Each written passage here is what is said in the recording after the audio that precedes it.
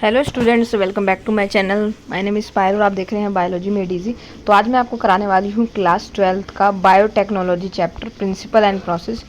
ठीक है, एनसीईआरटी पूरी आपको जो है इसमें कराने वाली हूँ और कहाँ से क्वेश्चंस बनते हैं वो सब बताने वाली हूँ। ठीक है, चलिए स्टार्ट करते हैं चैप्टर को। आपका जो प्रिंसिपल ऑफ बायोटेक्नोलॉजी है, सबसे पहले बायोटेक्नोलॉजी होती क्या है। Biotechnology deals with techniques of using live organism और enzymes from organism to produce products and process useful to human. Biotechnology में क्या करते हैं हम, लाइव ऑर्गेनिजम्स को जो है हम क्या करते हैं जो है प्रोड्यूस करते हैं और उनका जो है यूज़फुल जो रहती है चीज़ों ह्यूमंस के लिए वो हम बनाते हैं। ठीक है, in this sense making curd, bread और वाइन, जिसमें हम ये सारी चीज़ें बनाते हैं, which are all micro mediated process. ठीक है, तो ये सारी जो है आपके बायोटेक्नोलॉजी में आती है।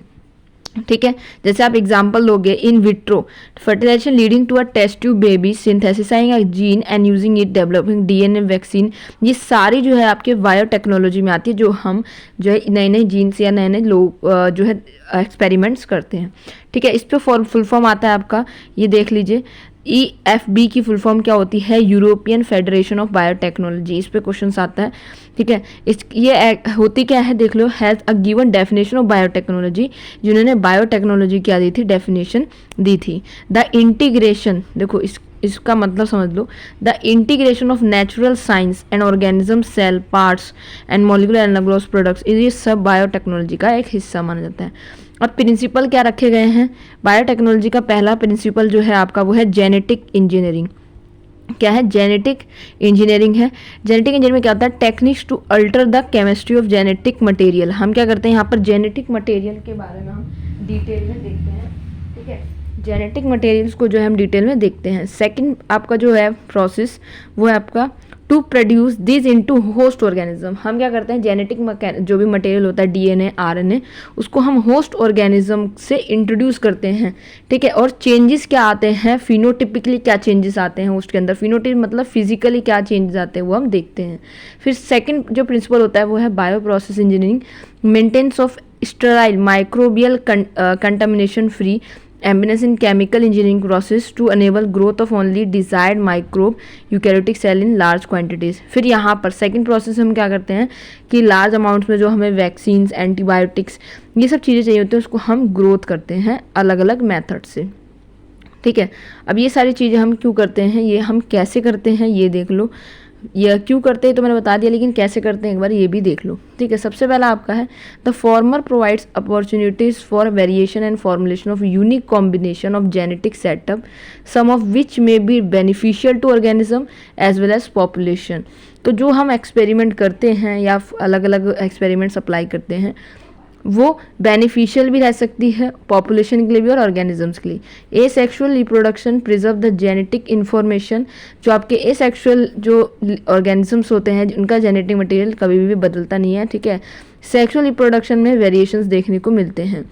ठीक है, अब हम वहाँ पर hybridisation procedure use in plant and animal breeding, हम ये मेथड यूज़ करते हैं।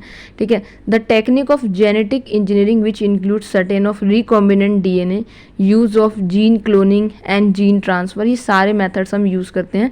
तो अब हम अब यहाँ पर आते हैं मेन टॉपिक से। ठीक है, ऑरिजिन ऑफ रेप्लिकेशन क्या होता है, ये मेन वर्ड्स आपको पता होना चाहिए।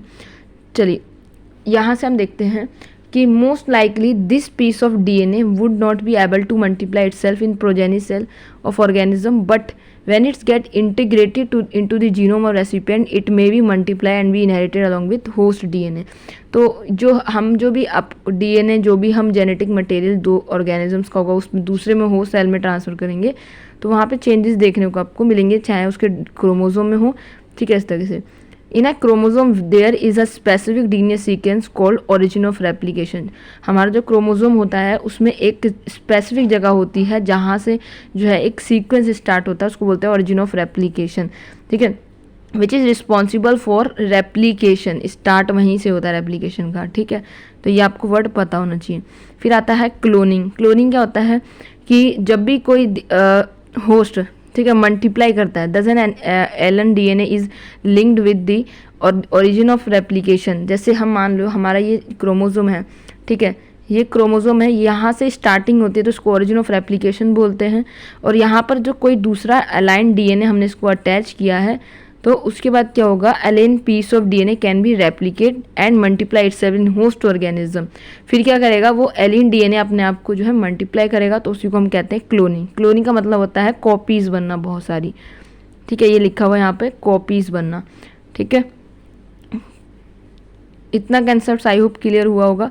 अब हम देखते हैं इसमें कि the construction of first recombinant DNA emerged from possibility of linking a gene encoding antibiotic resistance with a native plasmid autosomally replicating circular extra chromosomal DNA।